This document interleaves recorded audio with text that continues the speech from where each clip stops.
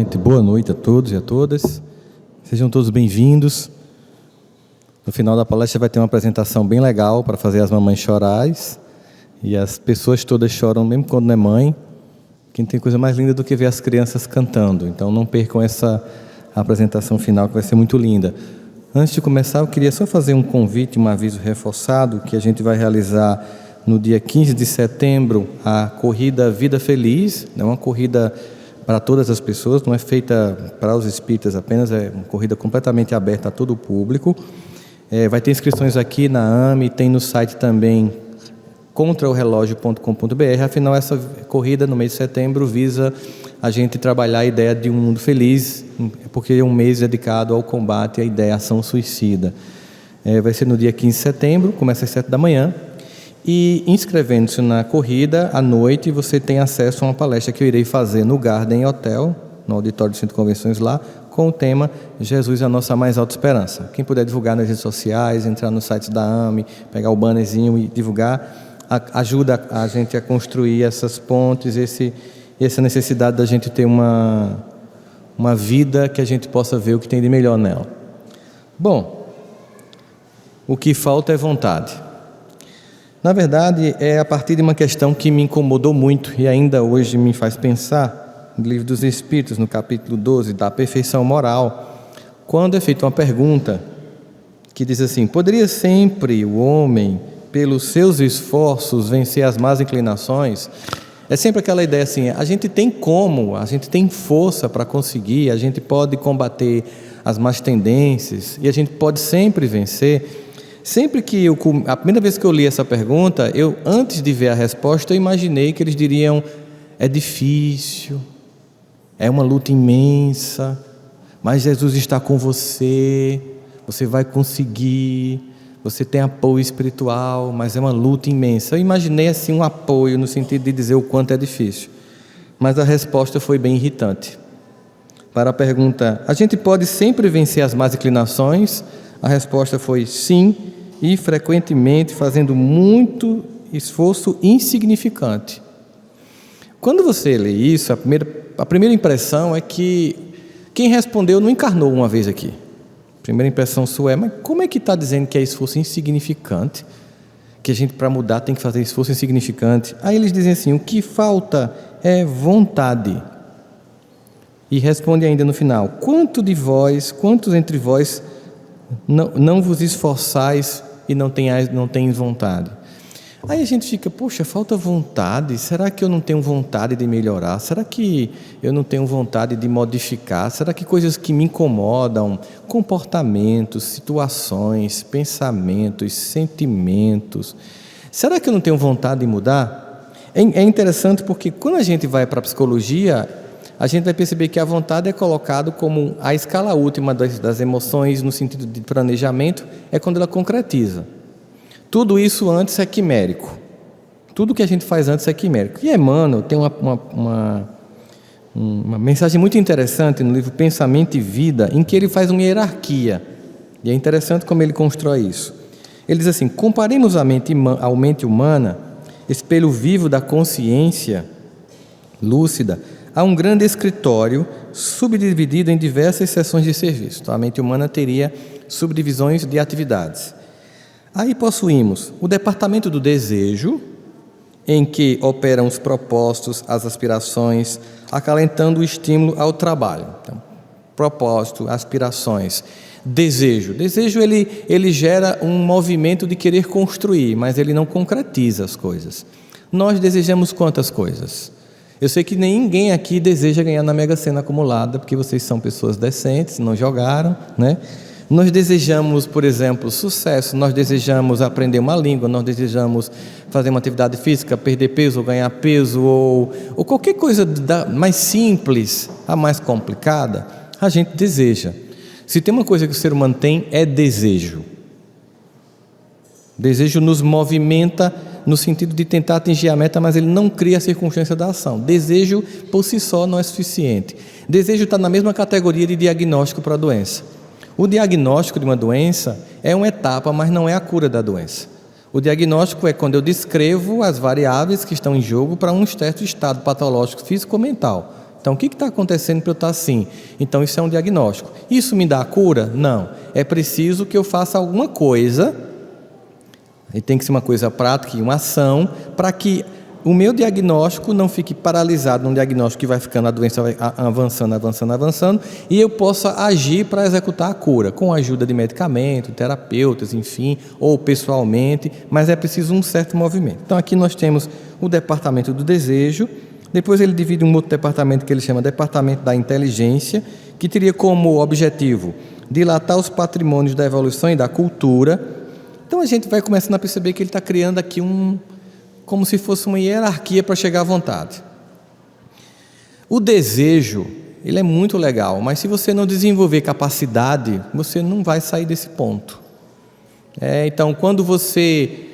imagina aqui que alguém passe muito mal, e tem um piripaque aqui e caia. Eu sou psicólogo, Lívio é médico. Quem seria o indicado para ser chamado?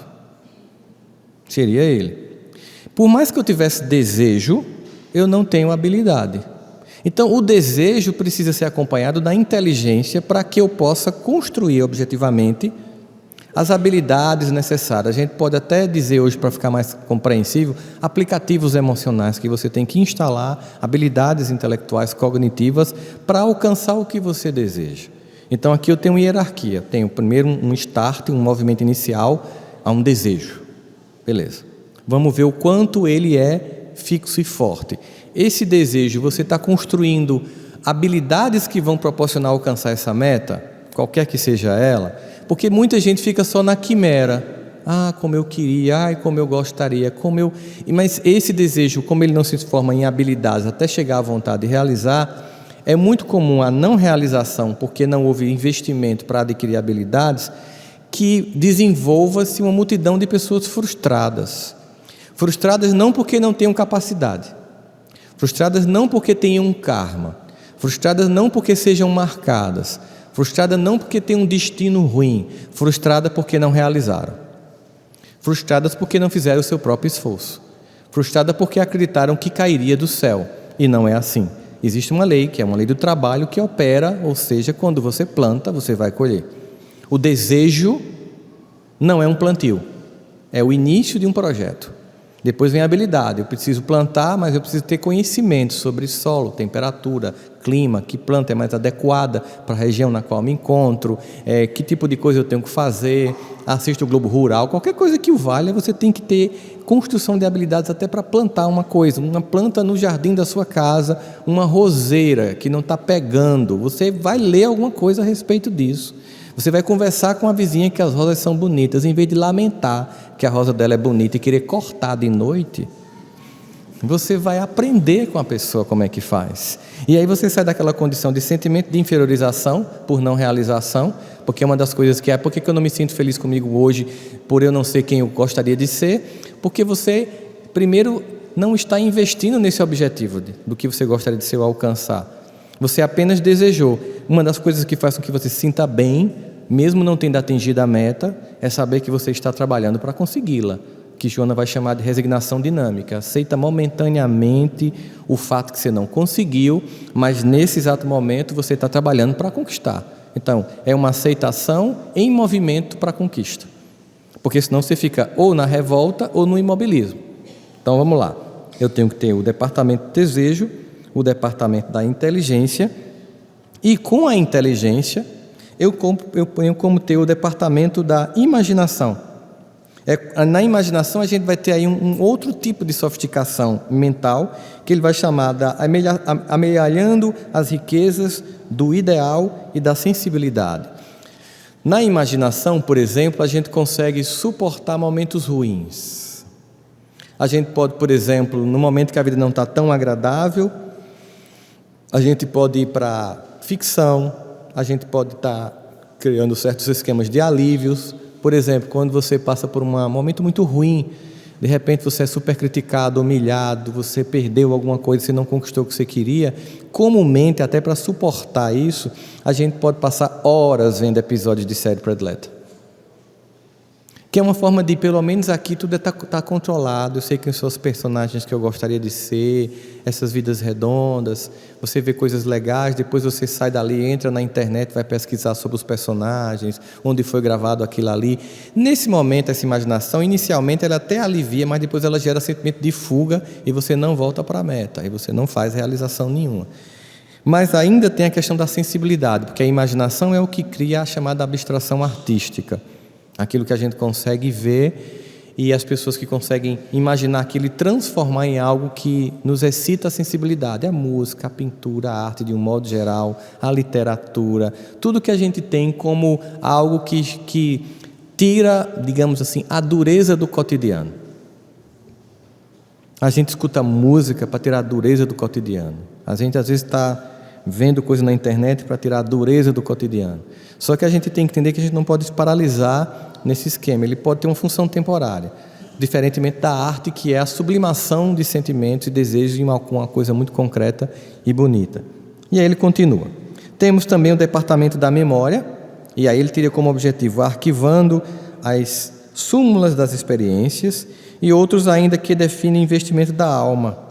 Ou seja, na memória eu vou acumulando essas experiências. Eu desejei, eu tentei, eu não consegui, eu repeti, eu vou acumulando experiência, mas tudo isso aqui para se movimentar, ou seja, o desejo, a inteligência, a imaginação e a memória, elas só entram em movimento quando nós temos, o que ele vai surgir aqui, e surge então acima de todos eles, nessa hierarquia, enquanto ele está falando de departamentos de memória, departamentos de inteligência, ele fala de gabinete da vontade. A escolha do título já diz que a função é maior, é mais nobre e coordena os demais. Um gabinete que coordena 4, 5 departamentos. A vontade é a gerência esclarecida e vigilante, governado todos os setores da ação mental. Quando a vontade chega, a ação acontece. É muito fácil de compreender.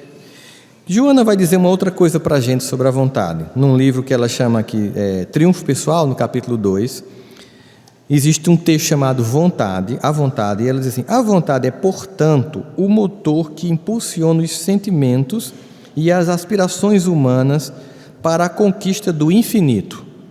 Toda essa movimentação acontece quando a vontade chega, sendo sempre maior quanto mais é exercitada. Então tá.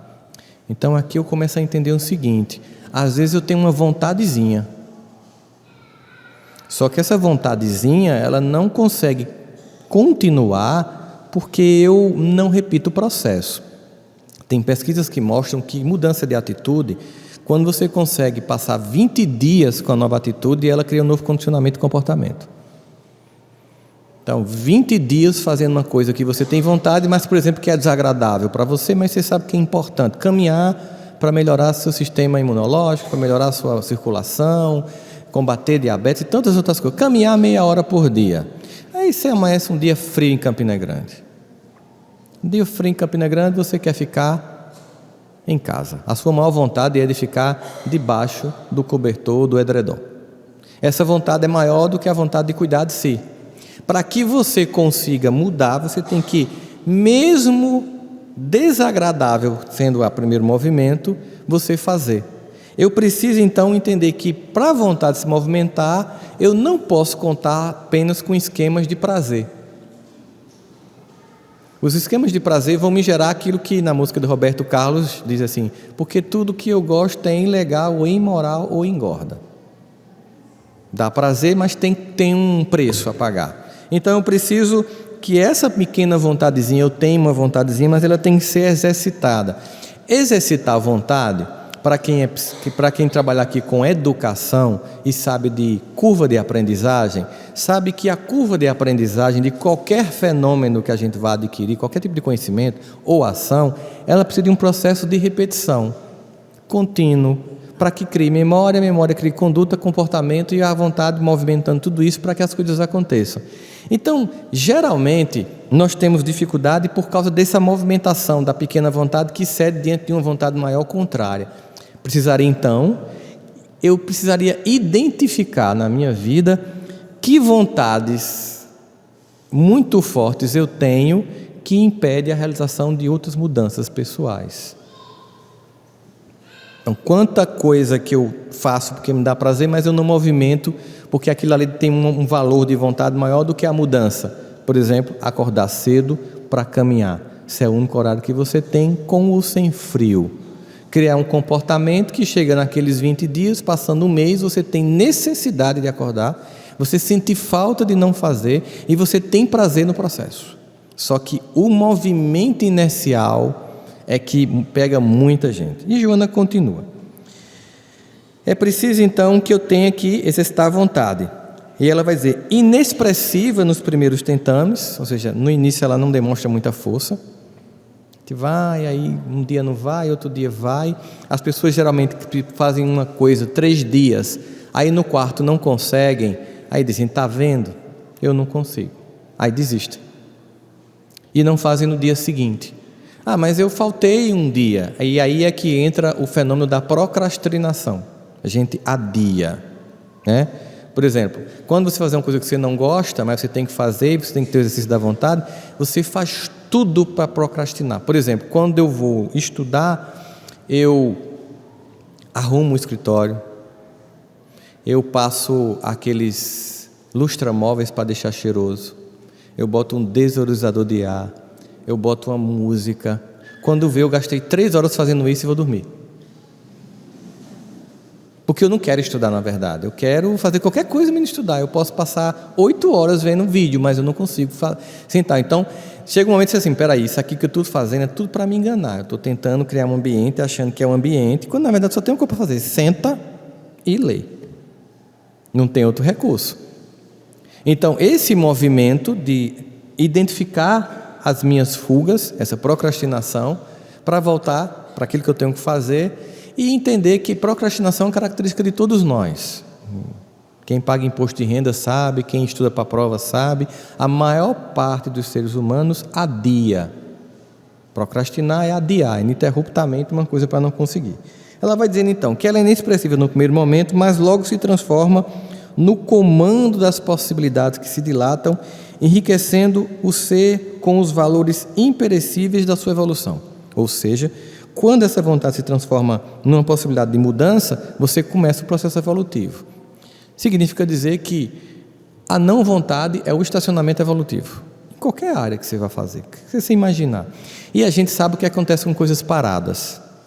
Roupa que você nunca usou, ela se destrói mais rápido do que se estiver usando.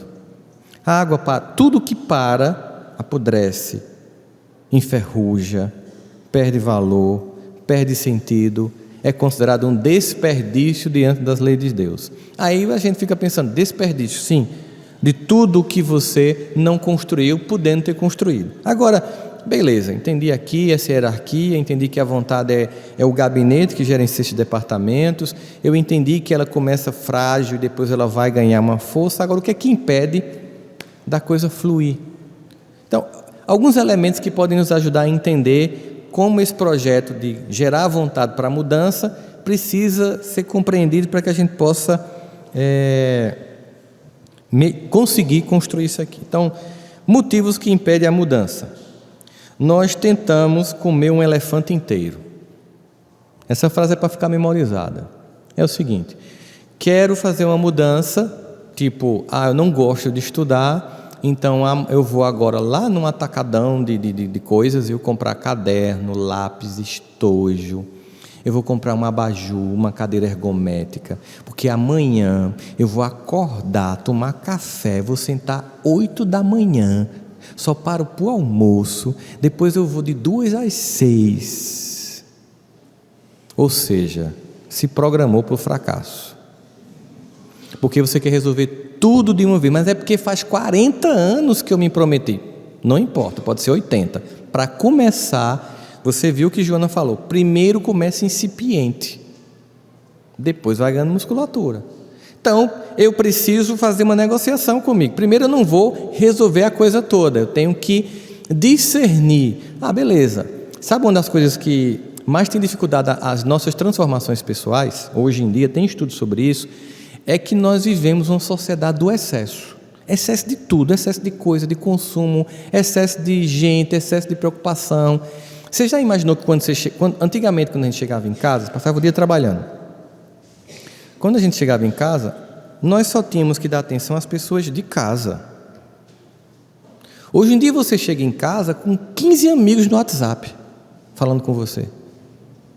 Grupos, pessoas que quando você não responde já botam uma carinha carente, que foi porque você não me respondeu, foi que houve, está com raiva de mim. Então você chega, tem tanta coisa, tanta demanda, ou seja, tem tantas possibilidades, ao mesmo tempo coisas lhe chamando a atenção, que tem faltado foco. Então uma das primeiras coisas que acontece na vida, para quando vai fazer mudança, é filtrar. Gente, a gente tem que aprender a filtrar o que é importante e essencial na nossa vida. Quanto tempo você perde com grupos de WhatsApp que não funcionam? Quantas horas você perde quando chega em casa respondendo WhatsApps ou vendo piadinhas? Se você começa a filtrar isso, você pode ser franco com a família. Assim, gente, é o seguinte, quando eu chegar em casa eu vou desligar. Qualquer emergência liga para mim, eu não vou mais ficar vendo o WhatsApp à noite. Tem estudos que têm mostrado que isso tem gerado um desfoque. Um dos livros mais lidos hoje é Minimalismo. É um livro que trata de voltar a ter uma vida simples e minimalista, com foco em coisas essenciais. Por exemplo, eu preciso fazer, um mestrado, e eu não sei falar uma língua estrangeira, e é necessário para a prova de proficiência que eu domine. Eu sempre toquei mais ou menos violão, mas eu nunca avancei no violão. E quando eu chego em casa, eu sempre de vez em quando pego o violão para tocar, mas eu preciso aprender uma língua. O que eu tenho que fazer com o violão? Guardar. Se você tivesse aproveitado a adolescência, que você tinha mais tempo para aprender, agora, guarda. Quando você cumprir essa meta que é mais importante, eu tenho que criar uma hierarquia, então. Eu tenho que criar uma hierarquia. Aí a gente fica fazendo um monte de coisa, a gente não joga muito, mas vai jogar. A gente não pinta muito, mas vai pintar. E a gente não tem foco naquilo que é essencial. Além de eu querer resolver tudo de uma vez, que não vai funcionar, eu estou desfocado por muitas coisas que me distraem. Então, a primeira coisa é, corta os excessos. Procura ver o que é que está de excesso na tua vida. Excesso de contato, excesso de gente, excesso de distração. Excessos. Você vê muito nos orientais, eles têm casas que seguem aquele Feng Shui, e elas são bem com pouca coisa, tem pouca informação. E essa pouca informação tem objetivo pedagógico para eles, é concentração no que é essencial. Então você chega numa casa, tem um sofá, uma planta, um quadro. Você chega e sente um vazio, comparando com as nossas, que tem caneca de não sei quantas pessoas que deram para a gente, jarro, vaso, lembrança de viagem, tem foto disso, foto daquilo. Eu adoro, eu gosto, mas você distrai. É coisa demais. Isso a gente leva para a vida toda. Muita distração, pouco foco, a vontade perde força porque eu tenho que dar conta de muita coisa que não é importante. Então a primeira coisa seria um filtro muito significativo do que está tirando seu tempo precioso para investir no que é necessário, e quando for fazer, sem a pretensão de resolver tudo de uma vez. Fraciona. Você não gosta de estudar? No outro dia, se programe para estudar meia hora. Seja honesto com você. Meia hora de estudo, depois 3 episódios de série. Poxa, que conta louca. É o seu processo inicial. Você está negociando com você, porque você via a série a manhã toda. Então você está ganhando meia hora. Com o tempo, você começa a fazer 1 hora, 2 episódios. E você vai num crescendo, até você conseguir fazer mais que isso. Mas se amanhã você quiser fazer o tempo todo, você começa com toda a vontade, mas aí, porque você quis comer o elefante todinho, você não vai conseguir. Uma outra coisa é que a gente negligencia as coisas que a gente tem que ter para poder mudar as coisas. Uma caixa de ferramentas, ninguém consegue consertar um carro sem ferramentas. Ninguém modifica comportamento sem as ferramentas necessárias para mudar o comportamento. Eu tenho que ver que tipo de habilidade eu tenho que desenvolver para mudar aquela atitude minha. Filtro é uma coisa fundamental. Eu queria deixar de beber, eu queria deixar de viver na farra. Ok, beleza. Então você já tem uma escolha, você tem um desejo. Esse desejo precisa então de algumas etapas. Primeira ferramenta, eu preciso fazer uma escolha. Eu preciso desagradar um monte de gente. Que monte de gente é essa? Todos os amigos que comigo bebem e farram. porque eu preciso deixar de conviver com essas pessoas. É uma escolha que eu tenho que fazer. Eu tenho que ter força. Eu preciso, não é nada pessoal, não estou com raiva de ninguém, mas eu quero foco, e a gente sai, é muito legal, ligam para mim, eu vou e esqueço da vida, e não é que funciona. Eu preciso filtrar, eu preciso desagradar pessoas, eu preciso fazer coisas que as pessoas não vão gostar. Uma outra coisa, querer mudar várias coisas ao mesmo tempo. Se você quiser fazer tudo de uma vez e todas as coisas, o que acontece com o computador se você abrir todos os programas? Você abre o YouTube, o e-mail, o navegador, música, grava uma coisa, puxa outra, baixa outra. O que vai acontecer com o computador ou com o celular? Vai travar. Mas é porque eu estou com sentimento de atraso. Você é eterno e reencarna. Não quer dizer que você vai ficar naquela coisa lenta. Mas esse sentimento de que eu estou atrasado não vai funcionar, porque ele não vai ajudar você a fazer o movimento. Então, além de eu não querer resolver um ponto de uma vez só, outra coisa, eu não posso resolver todos os pontos. Aí como é que eu faço para escolher que pontos eu vou investir primeiro? Coloque num caderno a hierarquia do que você está mais precisando modificar, o que mais está atrapalhando você. Coloca como hierarquia para você focar naquilo que é mais importante. Pequenas coisas que estão atrapalhando razoavelmente, você pode deixar para depois. Ou você pode fazer o contrário. Não, eu acho que vai ser mais útil para mim eu começar modificando pequenas coisas que são mais fáceis, porque vão me dar um sentimento de que eu consigo, vai me dar um aprendizado, vai limpando a pauta, para daqui a pouco eu focar naquilo que é mais essencial. Mas se aquilo que é mais essencial é mais urgente, você vai ter que focar primeiro no que é mais essencial. E aí cada pessoa vai aplicar isso à sua trajetória pessoal e de vida. Uma outra coisa, nós não podemos subestimar o processo de mudança. Ele é cheio de idas e vindas. Tem pessoas que vão dizer assim, vão olhar para você, vai começar de novo. A academia, pagar e não ir. Comprou um tênis. Comprou um livro de inglês? Que massa! Faz 15 anos que você compra o primeiro período de livro de inglês. Essas falas é para você desistir. A pessoa está fazendo isso nem porque ela lhe odeia, não. É porque ela viu tantas vezes você começar e terminar que ela não acredita mais em você. Mas ela não acredita mais em você porque você também não acredita mais em você. Então você pode começar em segredo, para evitar essa ironia. Essas risadas sórdidas que matam a gente. Ai, meu Deus, comprou uma luva, vai levantar peso, que lindo, que fofo. Eu quero ver semana que vem, essa luva vai para o lixo. Por que a pessoa está dizendo isso? Porque várias luvas foram para o lixo. Então eu tenho que fazer uma modificação e meio que no início, deixa eu ficar só para mim, porque já é difícil. Aí vem uma pessoa e geralmente quem diz isso para a gente são pessoas importantes na nossa vida. É a esposa, é o esposo, é o filho, é a mãe, o pai, o irmão. São pessoas importantes, cuja opinião nós não desprezamos, porque elas são importantes. E nos machucam.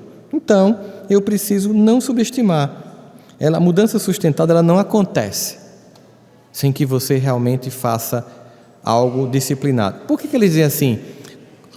Com falta de vontade e esforços insignificantes. Porque eles entendem, na pergunta inicial lá dos Espíritos, que eu preciso fazer todo dia um pouquinho. Simples assim. Qualquer coisa que vai construir-se, qualquer coisa, ela se constrói fazendo todo dia um pouquinho. Aí você tem dia que você consegue fazer 2, outro dia você consegue fazer 1, outro dia você não consegue fazer nenhum. Não tem problema, não desista. Ou fique naquele, não, segunda eu começo. Essa promessa de criar uma data é para você não fazer hoje. Geralmente o procrastinador, ele adia muito mesmo assim. Tipo, a prova é sexta, domingo ele faz. Tem a semana toda ainda. Tá vendo que eu vou deixar de ver Game of Thrones para estudar? Aí segunda chega. Aí você olha assim, mas tem terça e quarta, a prova é quinta. Na terça você já está com palpitação, se culpando, se maldizendo. Mas essa culpa não lhe movimenta, você continua sem estudar. Não, tem quarta. Amanhã eu faço um esforço concentrado. Quarta, angústia, terror, pânico, medo. E você não faz nada. Aí, à noite de madrugada, você faz um serão. E consegue resultado, você consegue passar na prova. Mas você só consegue isso. O conhecimento que deveria fixar por um processo de repetição, não é feito, e você não tem o conhecimento depois quando você quiser usar. Você consegue, como a gente tem no Brasil, pessoas que fazem cursos e terminam sem domínio fluente da língua. Eu lembro de uma turma que eu apliquei uma prova e coloquei assim: faça uma comparação entre...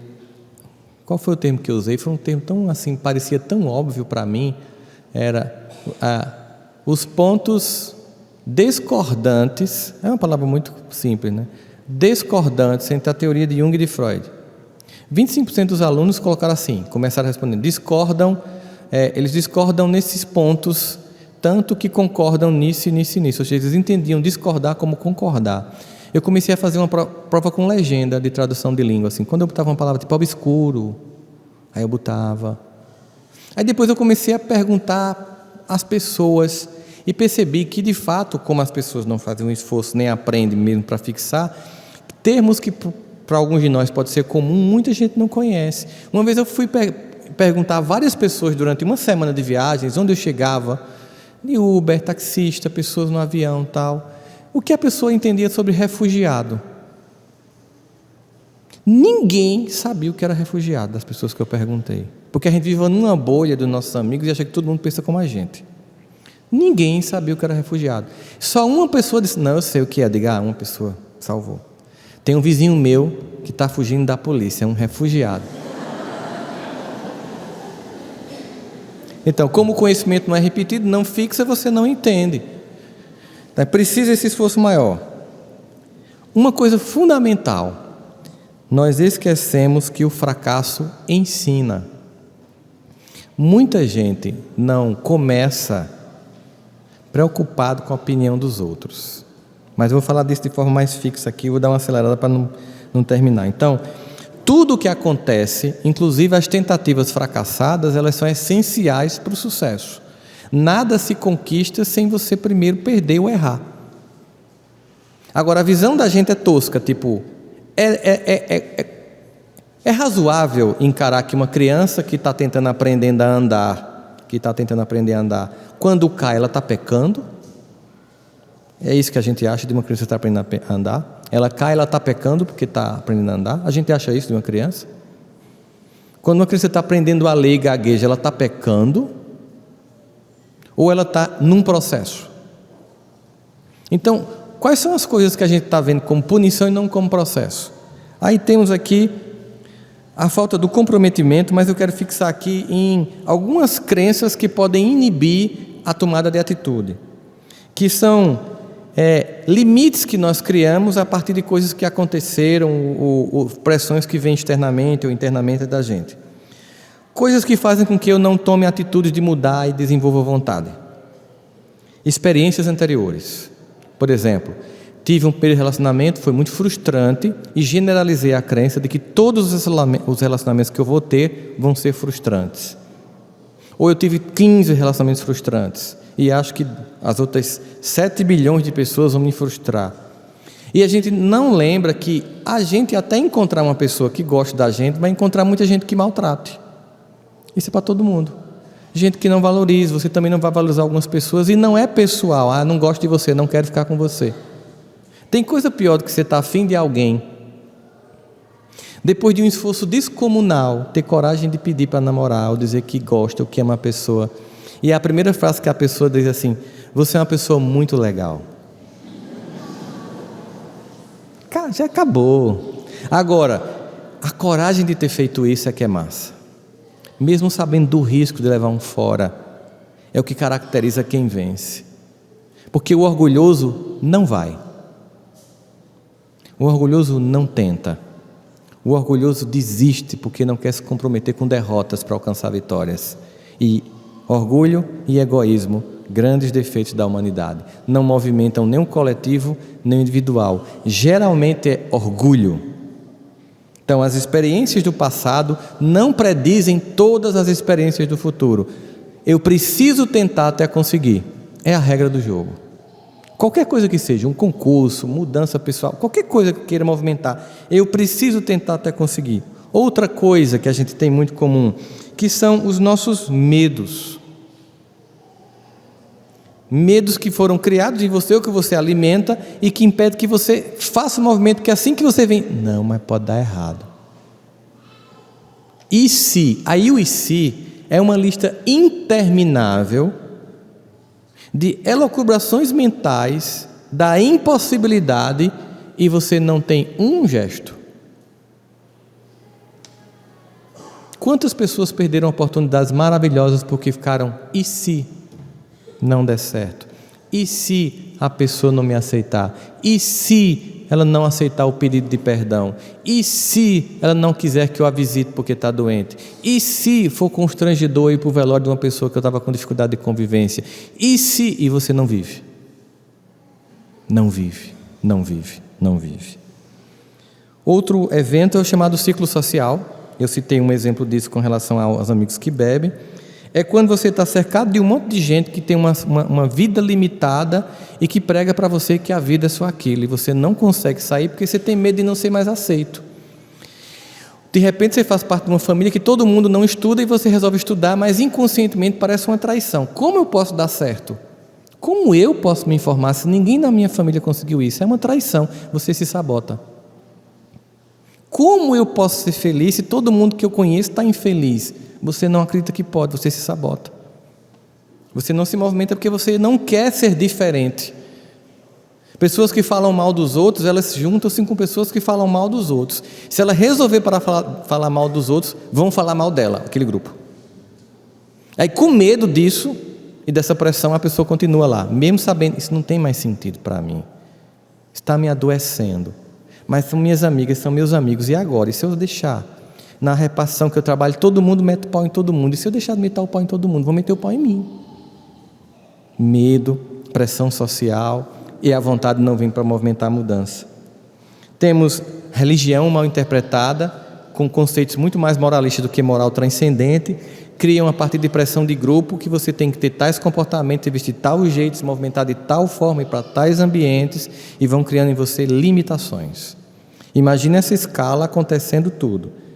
Experiências traumáticas, desculpa que você se dá para não mudar, medo, um ciclo social que pressiona, uma religião que você vive mal interpretando ela e que te coloca muito mais limites que possibilidades, e uma sociedade cheia de padrões doentes.